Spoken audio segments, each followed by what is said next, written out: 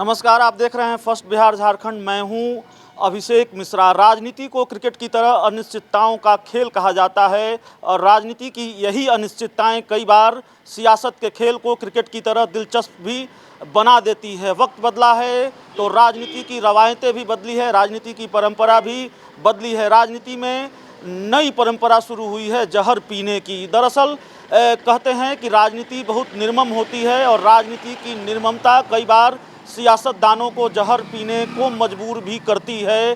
बिहार की सियासत में जहर का जिक्र बार बार हो रहा है क्योंकि रालोसपा के राष्ट्रीय अध्यक्ष उपेंद्र कुशवाहा ने कल एक बयान दिया और ये कहा कि वो जहर पीने को भी तैयार हैं। उपेंद्र कुशवाहा के इस बयान पर बवाल बढ़ा और बिहार के सियासी गलियारों में यह सवाल टहलने लगे कि आखिर उपेंद्र कुशवाहा जहर क्यों पीना चाहते हैं। दरअसल बिहार की राजनीति का समीकरण ऐसा है, बिहार की राजनीति की मौजूदा स्थिति और परिस्थिति ऐसी है कि उपेंद्र कुशवाहा इसी निर्मम राजनीति के शिकार होते हुए नजर आते हैं। निर्ममता और प्रतिकूल परिस्थितियों के आगे घुटने टेकते हुए नजर आते हैं और अपनी राजनीतिक मजबूरियों को उन्होंने जहर का नाम दिया है। उपेंद्र कुशवाहा के पास बेहतर विकल्प नहीं है। उपेंद्र कुशवाहा एनडीए छोड़कर महागठबंधन में आए थे।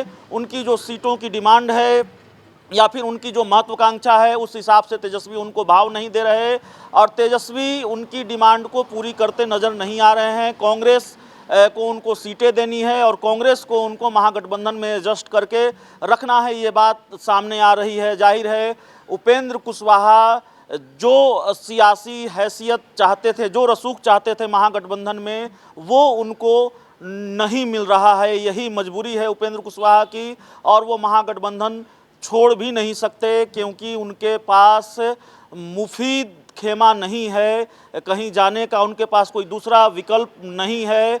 न तो वो एनडीए में, माफ़ कीजिएगा, एनडीए में जा सकते हैं और न ही वो किसी तीसरे मोर्चे में जा सकते हैं। तीसरे मोर्चे के पास अपनी कोई राजनीतिक ज़मीन नहीं है, कमज़ोर ज़मीन है और एनडीए में जाने का सवाल नहीं होता क्योंकि सीएम नीतीश कुमार से उनके 36 के आंकड़े हैं।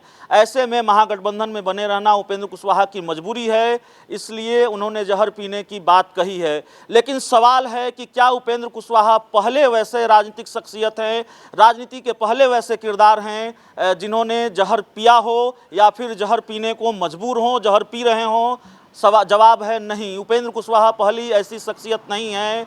बिहार की राजनीति में मौजूदा वक्त में एक किरदार और है जो जहर पी रहे हैं। बिहार के पूर्व सीएम और हिंदुस्तानी आवाम मोर्चा के राष्ट्रीय अध्यक्ष जीतन राम मांझी। हालांकि जीतन राम मांझी ने यह कहा नहीं है कि वो जहर पी लेंगे या जहर पी रहे हैं, लेकिन कोऑर्डिनेशन कमेटी की डिमांड को लेकर जब तेजस्वी यादव से उनकी आर पार की लड़ाई हुई, उनकी डिमांड को तेजस्वी यादव ने भाव नहीं दिया और कांग्रेस भी उनको कोई मदद नहीं कर पाई, उनकी सहायता नहीं कर पाई, कांग्रेस उनके साथ मजबूती से खड़ी नहीं रह पाई, तो जीतन राम मांझी को कोई राह लेनी थी।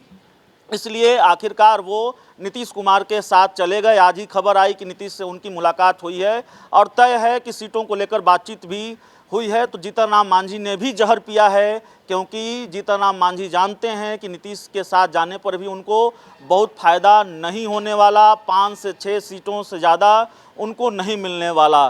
तो उपेंद्र कुशवाहा पहले किरदार नहीं है जिन्होंने जहर पिया, जीतन राम मांझी भी जहर पिया है और आखिरकार नीतीश कुमार के साथ गए हैं। लेकिन बिहार की सियासत के सबसे बड़े किरदार राजद सुप्रीमो लालू प्रसाद यादव ने भी कभी जहर पिया था। इसलिए हम कह रहे हैं कि राजनीति में जहर पीने की रवायत पुरानी है। थोड़ा फ्लैशबैक में जाइए और ये समझिए कि लालू यादव ने कैसे जहर पिया था। लालू यादव कह चुके हैं कि तब मैं जहर पीने को भी तैयार था। दरअसल कहानी ये है, आप सब जानते हैं 2015 के विधानसभा चुनाव से पहले या फिर 2014 के लोकसभा चुनाव से पहले नीतीश कुमार एनडीए से अलग हो चुके थे, बीजेपी का साथ उन्होंने छोड़ा था और 2014 के लोकसभा चुनाव के जो परिणाम आए थे उससे सीएम नीतीश कुमार भी बेचैन थे और राजद सुप्रीमो लालू प्रसाद यादव भी बेचैन थे। सारे मिथक टूट गए थे, सारे समीकरण धराशायी हो गए थे और तब लालू ने फ़ोन किया था नीतीश को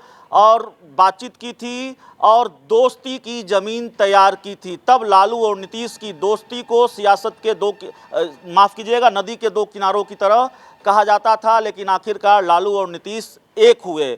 लेकिन फिर सवाल अटका कि क्या नीतीश कुमार ही सीएम पद के दावेदार होंगे। लालू को नीतीश की सीएम पद की दावेदारी मंजूर नहीं थी, लेकिन बीजेपी से अदावत की वजह से, बीजेपी को सत्ता से दूर रखने के लिए लालू ने नीतीश को सीएम पद का कैंडिडेट बनाया, उनकी दावेदारी को मंजूर किया, उनकी डिमांड को मंजूर किया। महागठबंधन की जीत हुई, लालू को ज़्यादा सीटें आईं, नीतीश कुमार को कम सीटें आईं, जेडीयू को कम सीटें आईं, और इसके बावजूद भी नीतीश कुमार बिहार के सीएम बने। कुल मिलाकर मामला यह है कि रालोसपा अध्यक्ष उपेंद्र कुशवाहा अकेले ऐसे व्यक्ति नहीं हैं जिनको जहर पीना पड़ा है। मांझी और राजनीति के सबसे बड़े, बिहार की राजनीति के खासकर सबसे बड़े किरदार राजद सुप्रीमो लालू प्रसाद यादव ने भी प्रतिकूल परिस्थितियों और राजनीति की निर्ममता के आगे घुटने टेक कर कभी जहर पिया था। अगर ये पूरी रिपोर्ट आपको अच्छी लगे, इसे खूब से खूब शेयर करें। हमारे यूट्यूब चैनल को अगर आपने सब्सक्राइब नहीं किया है तो सब्सक्राइब कर लें, बेल आइकन ज़रूर दबा दें, हमारे फेसबुक पेज को भी लाइक कर लें, और राजनीति और दूसरी तमाम खबरें हमारे वेबसाइट पर भी उपलब्ध है, इसलिए फर्स्ट बिहार झारखंड की वेबसाइट को ज़रूर विजिट करें। धन्यवाद।